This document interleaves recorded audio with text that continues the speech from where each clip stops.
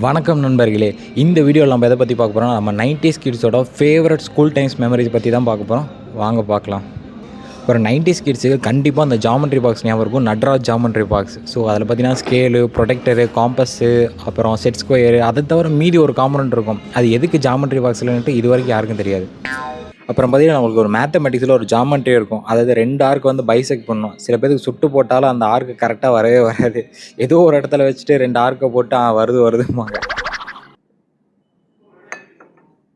அப்புறம் இந்த paper distribute பண்ணும்போதெல்லாம் பார்த்தீங்கன்னா பயங்கர காமெடியாக இருக்கும். யாரெல்லாம் 45 மார்க் எடுத்துருவாங்களோ அவங்களாம் ஜஸ்ட் பாஸ். அவங்களாம் they have the party bro.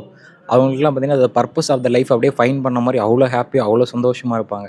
அதே யாரெல்லாம் 96, 98 எடுத்துருக்காங்களோ அவங்களாம் பார்த்தா டிப்ரெஷனில் இருப்பாங்க. சே 2 மார்க் எடுத்திருந்தா சென்டமே அப்படின்ட்டு ஒரு கில்ட்டி ஃபீலிங்லேயே இருப்பாங்க. யாரெல்லாம் 58, 57 எடுத்துருக்காங்களோ அவங்களாச்சும் ஒரு 3 மார்க் எடுத்தால் ஒரு 60 டீசெண்டாக இருக்குமேட்டு திரும்ப டோட்டல் செக் பண்ணிட்டே இருப்பாங்க.